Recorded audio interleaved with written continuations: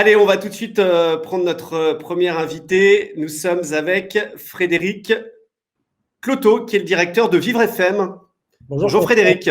Bonjour.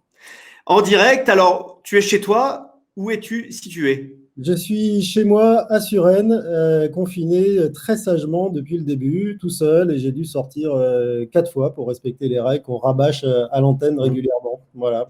Alors Vivre FM qui a une place particulière sur le paysage radio, hein. Vous êtes une radio qui est dédiée à la différence, notamment au handicap. Vous avez d'ailleurs dans votre sein, au sein de la station associative, un certain nombre de personnes en situation de handicap qui font de la radio, puis vous proposez des émissions tout à fait originales. Avant de parler d'une émission que tu proposes quotidiennement avec l'équipe de Vivre FM autour de cette crise du coronavirus, peut-être un mot du fonctionnement de la radio.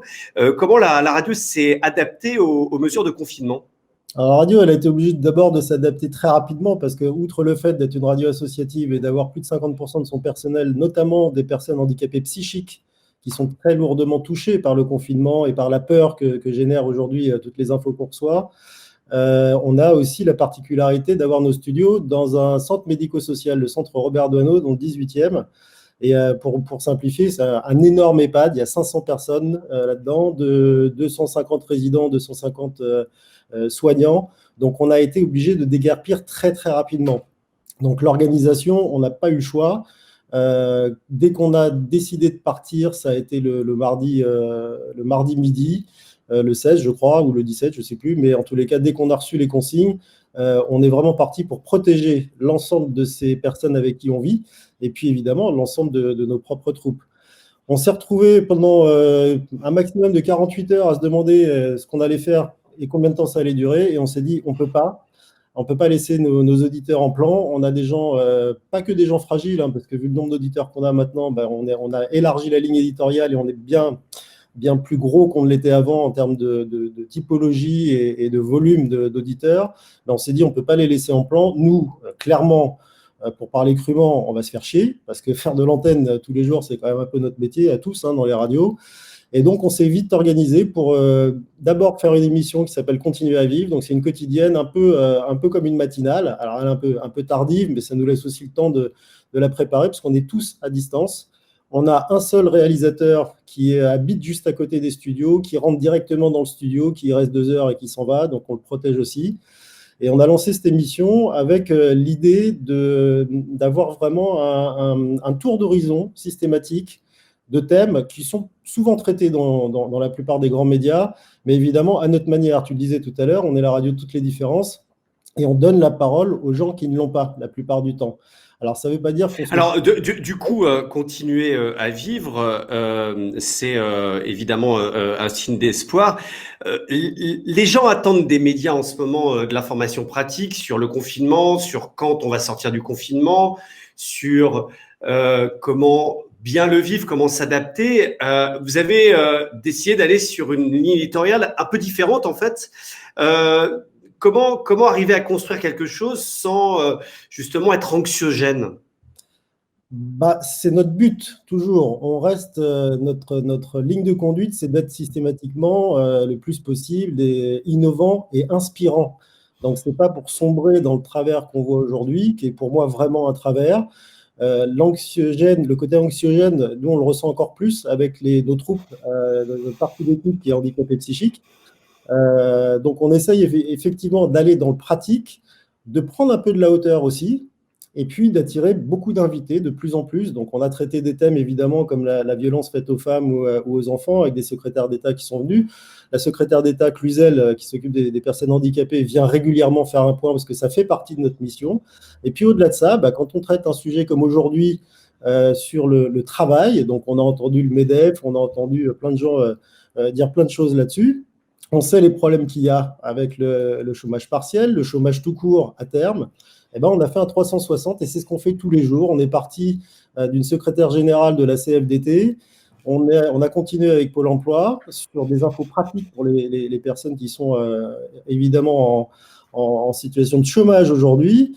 Pas forcément en particulier les personnes handicapées ou fragiles, hein, d'ailleurs. Là, on est vraiment sur un peu de hauteur. On a eu des grands patrons en ligne, des agences d'intérim, et puis on est revenu sur notre sujet à la fin, avec une avocate spécialisée pour simplifier sur les soignants et les centres médico-sociaux.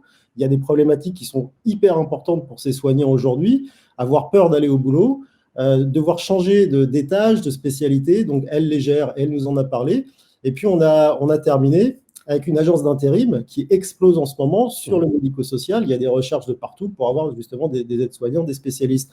Donc, voilà notre manière de traiter les choses. Ça génère une audience qui a monté de 35 à 40% en moins d'un mois. Nous, ça nous génère aussi une énergie fabuleuse de savoir qu'on est écouté. Pour la petite histoire, on a fait un truc que je ne sais pas si grand monde l'a fait, mais on a lancé la nouvelle version de notre site internet vendredi. Donc, on est encore dans une dynamique et on reste dans une dynamique qui est utile pour les gens qui nous suivent. Et puis là, on lance même, parce qu'on a évidemment des partenaires qui sont touchés par la crise, donc qui se désengagent financièrement, on ne reste pas les deux pieds dans le même sabot et on lance une émission qui s'appelle Un jour un regard et qui va normalement nous permettre à la fois de faire passer des bonnes infos positives sur les bonnes pratiques de certaines boîtes ou organisations ou associations, et puis évidemment de le facturer pour avoir quelques deniers, parce qu'on ne vit pas d'amour et d'eau fraîche chez nous. Très rapidement, Frédéric, qu'est-ce que pour toi cette crise et ces mesures actuelles vont laisser pour la suite? Est-ce que des choses vont se réinventer pour toi? Et je ne sais pas, est-ce que ça a permis de faire fourmiller des idées pour pérenniser même dans l'après? Alors, si c'est pour Vivre FM, ça nous a donné la conviction qu'on est aujourd'hui capable de travailler comme une très grande radio avec nos moyens et à notre mesure, évidemment, et d'attirer, alors je ne vais pas dire facilement, parce que c'est vraiment un gros boulot que fournit toute l'équipe, mais d'attirer 6 à 8 invités de marque. Pour moi, un invité de marque, c'est même comme une personne qu'on a eue hier pour parler de l'impact psychique du confinement. On a eu une personne handicapée psychique en ligne qui nous a expliqué comment elle le vivait. Et pour nous, c'est du travail que d'attirer des invités comme ça.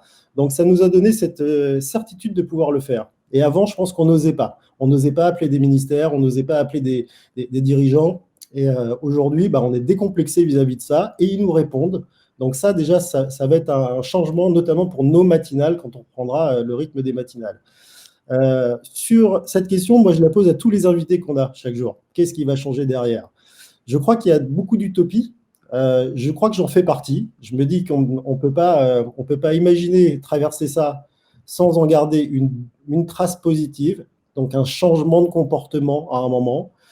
J'ai eu la chance on a eu la chance d'interviewer un monsieur qui s'appelle Philippe Pozzo di Borgo. Je ne sais pas si le nom te dit quelque chose. Philippe, c'est le type qui a inspiré le film Intouchable. C'est celui qu'on voit à la fin du film en photo. Et ce monsieur nous a dit, on sait que le monde ne va pas changer à la sortie.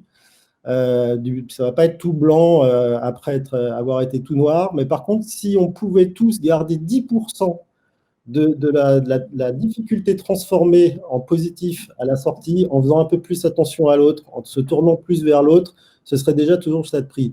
J'ai tendance à dire qu'on ne va pas changer non plus du coq à l'âne, mais je pense qu'il y a des comportements qui vont peut-être bouger. Alors, dans un premier temps, tout le monde va se ruer sur tout ce dont on a été privé. Ça fait un peu sens.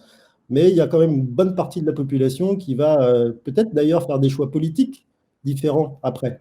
Parce que là, on a aussi cette épreuve-là. On voit comment elle est gérée. Les politiques viennent et parlent chez nous aussi. Ils ne sont pas droits dans leurs bottes, même si on sent qu'ils sont dans l'action et ils n'ont pas le choix de toute manière. Merci Frédéric Cloteau et bon courage évidemment à toutes les équipes de Vivre FM. Merci d'être venu dans la Lettre Pro à la maison et à très bientôt. Merci à toi de nous avoir fait l'honneur d'être là et je parle au nom de toute l'équipe de Vivre FM. Voilà. Merci. Merci.